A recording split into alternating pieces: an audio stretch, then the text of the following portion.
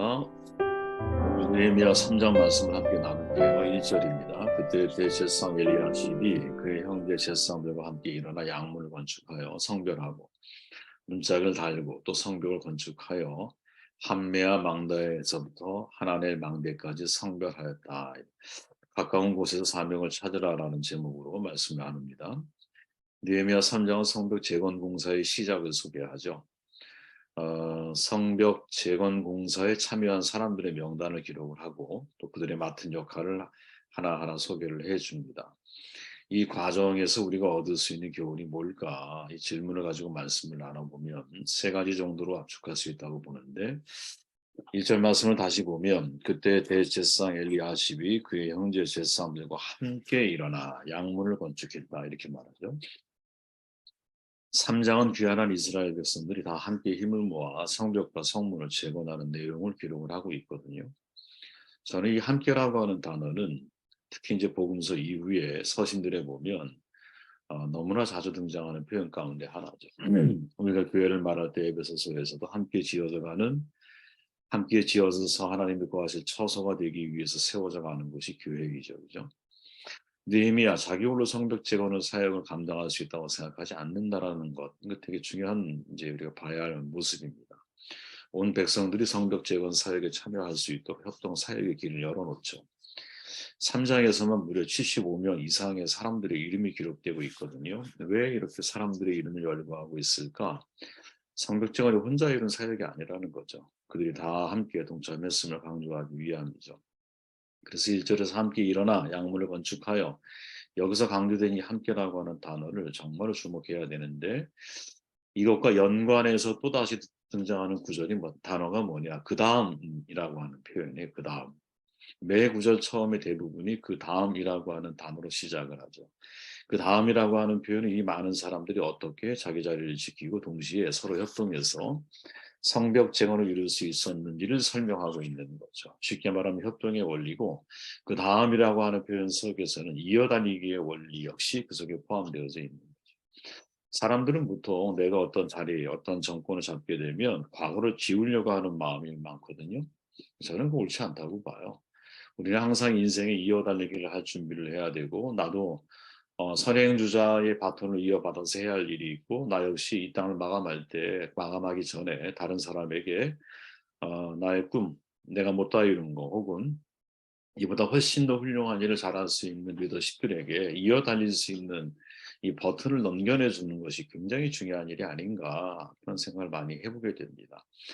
대제사장을 포함해서 느리님 사람들 그리고 일반 평민이 모두 참여를 하죠. 교회는 모든 신자가 함께 세워가는 거예요. 그죠? 모퉁이 돌 대신 예수님 한 분 중심에 두고 유대인과 이방인이 하나가 되고 또 왕족과 또 종이 하나가 되고 서로 다른 피부색을 가진 사람들이 하나가 되고 함께 성전으로 지어져 가는 것이죠. 어, 교회는 차별이 없어야 되는 것이죠. 그죠? 이 차이가 차별이 되면 안 되고 차이가 다르다라는 다양성으로 연결이 될 때 교회가 정말 중요하게 서로가 서로를 섬길 수 있고 바라볼 수 있다고 저는 보거든요. 산에 여러분 숲에 나무가 한 그루만 있다면 얼마나 멋이 없어요. 다양한 색깔, 또 다양한 종류의 나무와 풀, 잎, 여러 가지 것들이 다 있기 때문에 산이 아름다운 거죠.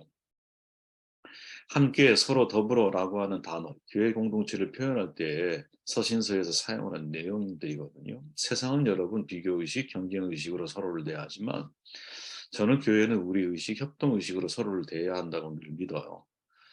그래야 서로가 하나님 안에서 그리스도의 몸된 지체로 만들어져 가는 것이죠. 절대로 여러분 하나님만 독립되어 있다고 생각해 보세요. 어떻게 살 수가 있어요? 썩어버리지. 그죠? 괴사되잖아요. 피가 공급이 안 되면 어떤 지체든 간에 괴사되기 마련이듯이 우리는 서로 긴밀하게 연관되어져서 서로가 서로를 살리고 돕고 세워나가야 할 중요한 책임이 우리 가운데 있다라는 거죠. 저는 하나님의 일은 따로 또 가치라고 하는 중요한 개념을 이해해야 한다고 보거든요. 오늘날의 혼밥, 혼술이 유행이잖아요. 근데 혼밥, 혼술의 유행의 특징이 뭐냐면 더불어 살아가는 삶을 그들이 잘 살아내지 못한다라는 거예요. 어떤 중요한 요직에 계신 분의 이야기를 들어보면 이대 혹은 서울대 이런 출신들이 얼마나 인재들이 많아요. 이들은 따로 살아가는 데 탁월한 능력을 가지고 있다는 거예요. 문제는 뭐냐? 같이 더불어서 어떤 프로젝트를 진행할 때는 사람들을 깔보거나 또 인성이 안 좋은 거죠. 혼자에 익숙하니까. 그런데 저는 혼자 하는 것도 물론 중요하죠. 근데 또 같이라고 하는, 따로 또 같이라고 하는 이 두 단어가 합쳐져야 그 사람이 인성이 훌륭한 사람이고, 그 사람이 어디에서 무엇을 하더라도 공동체 유익이 될 수 있는 사람이 되는 것이지, 따로만 가지고는 해결되지 않는다라는 거죠. 가치라고 하는 단어가 포함되어져야 되고, 가치 속에서 또 무엇? 따로라고 하는 하나님 앞에 단독자로 서는 노력이 우리 가운데 분명히 필요하다고 저는 봐요. 하나님의 일 나 혼자 감당하는 게 아니거든요. 온 백성이 함께 협력해서 그 일을 감당해요. 한 명의 리더 중요하죠. 그러나 한 명의 리더가 덕장, 지장, 용장 모든 리더십을 다 갖추고 겸비하기는 쉽지가 않은 거예요. 그렇게 항상 집단 지성의 방식으로 서로가 뭉쳐서 어떤 문제를 해결하려고 하고 협동 리더십을 통해서 함께 그 문제를 우리가 풀어가려고 하는, 따로 또 같이라고 하는 요 단어를 우리가 항상 기억하며 인생을 살아가야 되지 않을까라는 생각을 해봅니다. 23절 말씀을 볼게요. 그 다음은 베냐민과 핫습이 자기 집 맞은편 부분을 중수하였고, 그 다음은 아나냐의 손자 마세야의 아들 아사랴가 자기 집에서 가까운 부분을 중수하였다. 가장 중요한 부분이에요. 오늘 말씀의 핵심이죠, 이게. 자기 집에서 가까운 부분을 중수하였고 이렇게 표현하죠. 3장을 읽어보면 여러분 적어도 15가지 이상의 다양한 직종들이 등장을 하거든요. 이렇게 다양한 직업과 재능을 가진 사람들이 모두 성벽 재건 공사에 동참을 해요. 흥미로운 것은 뭐냐? 이들 모두 자기들이 가진 재능에 맞게 사역의 자리를 책임지고 건축에 헌신한다라는 점이죠. 1절에 보면 제사장들은 양문 건축을 담당을 해요. 양문은 양의 문이라는 뜻이거든요. 이 양문은 제사장들이 제사를 드릴 때 제물로 가장 많이 사용하는 양들을 가지고 출입하는 문이었어. 그러니까 그 문의 용도를 누구보다 잘 알고 있는 제사장이 그 부분을 책임지고 있는 거죠. 이거를 기억해야 한다는 거예요. 3절에 어문이 나오죠. 물고기 문이에요.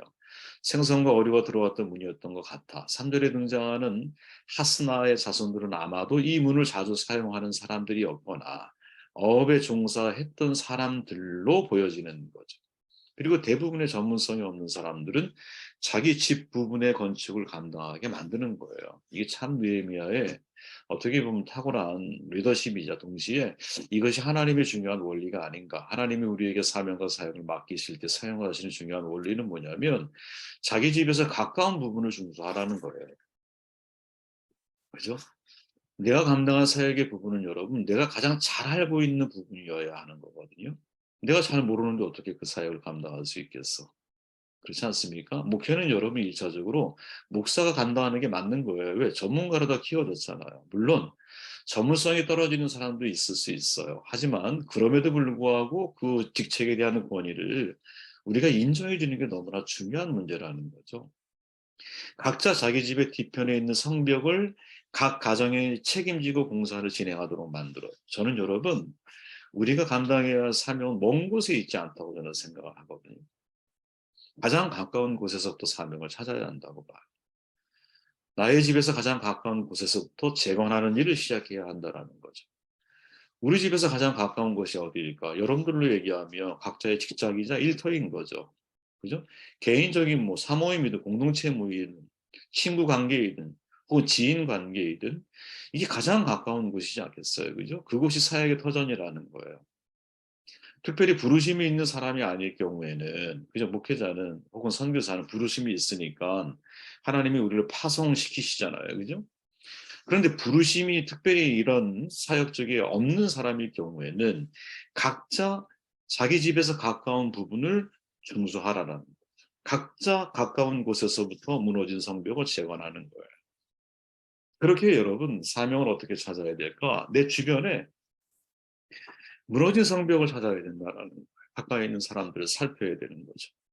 내면의 질서가 무너진 사람들, 혹은 관계의 다리가 끊어진 사람들, 인생의 방향이 사라진 사람들, 그죠?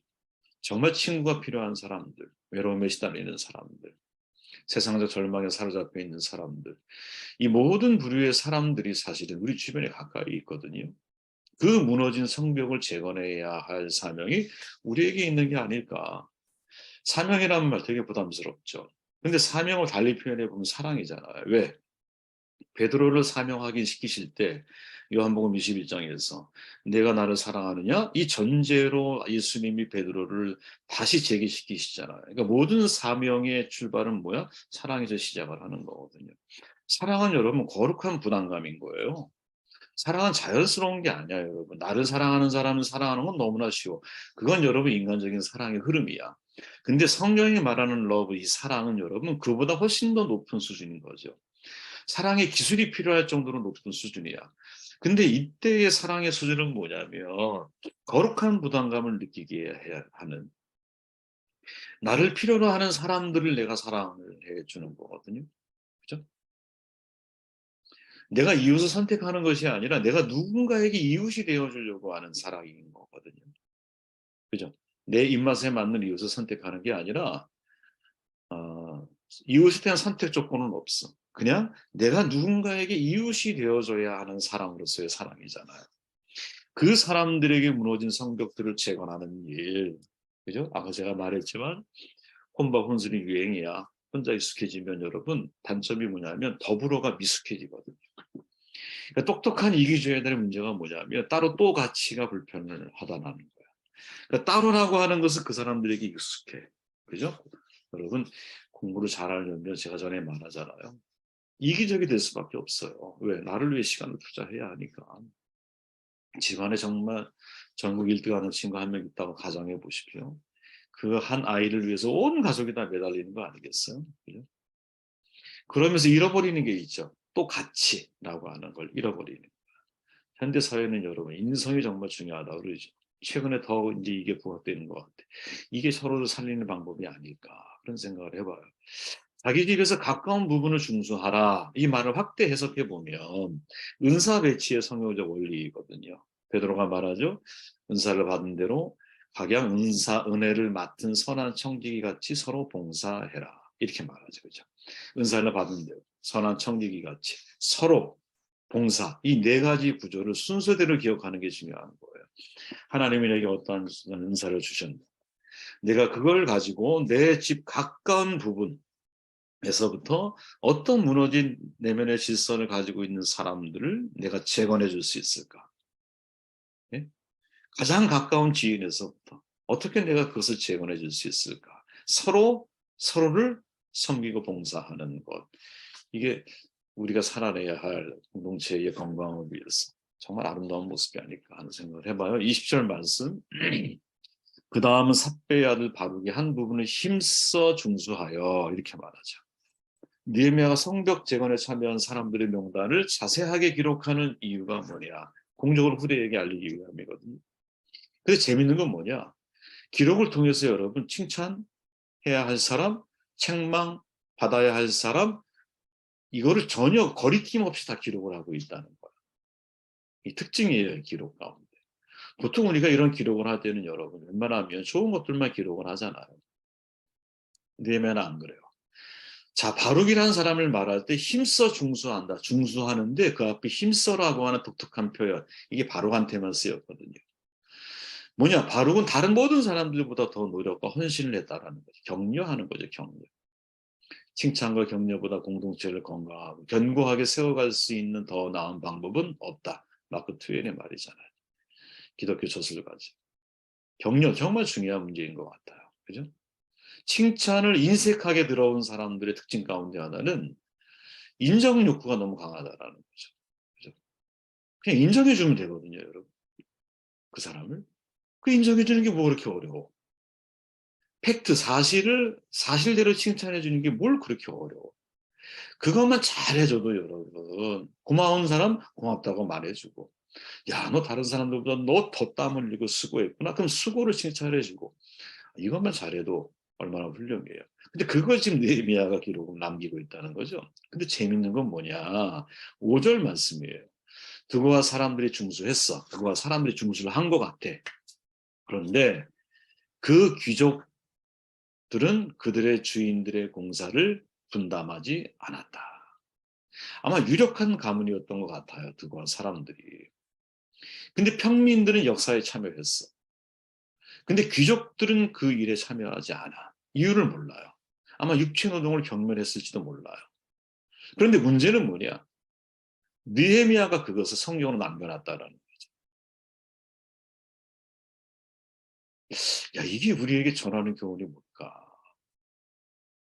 크로노스의 시간을 사랑하잖아요, 우리는. 일반적인 시간을. 그런데 그때 하나님이 나에게 주시는 카이로스의 타이밍이 저는 있다고 봐요. 예수님의 공생애는 3년이었잖아. 베드로가 여러분 어렸을 때부터 사용 쓰임 받은 거 아니잖아요. 그죠? 이미 중년의 나이가 되었을 때 그때 부르심 받고 쓰임 받는 거고, 사도 바울 역시 마찬가지죠. 다메섹에서 부활하신 예수를 만난 이후에 쓰임 받는 거잖아요. 그러니까 하나님의 결정적인 때, 그때 그 헌신의 때, 사명의 때가 반드시 우리 가운데 온다라는 거지. 여러분, 카이로스라는 단어가 생겨난 배경이 있잖아요. 큰 배가 한국에 들어갈 때 선원들이 밀물이 들어올 때 바다에서 기다려야 돼. 밀물이 들어올 때까지. 제가 옛날에 백령대에서 근무할 때 탱고를 타고 나오거든요. 이제 탱고가 인천항에 들어와야 되는데 못 들어와. 물이 빠져나가 있으면 배가 크니까. 그러면 밀물대를 기다려서 들어와요. 마치 그런 거예요. 그 때를 놓치면 다음 밀물대를 기다려야 하기 때문에 기회를 놓치지 말아야 돼. 이게 카이로스예요. 그러니까 그 물때를 놓치지 말아야 된다는 거죠. 기회가 늘 있는 게 아니기 때문에. 여러분 생각해 보십시오. 지금 여러분들 건강하죠. 차일피일 내일로 하나님이 내게 원하시는 사역을 사명을 미룰 수 있어요. 근데 여러분 내일 당장 사형 선고를 받으시면 어떡할 겁니까? 그런 일이 나에게는 벌어지지 않을까? 여러분 사별을 경험한 사람들이 공통적으로 하는 말은 왜 하필 이런 일이 나에게 벌어지느냐 이렇게 말합니다. 지금 이 시간대 기회를 잡는 우리가 되었으면 좋겠습니다. 말씀 듣고 기도하시고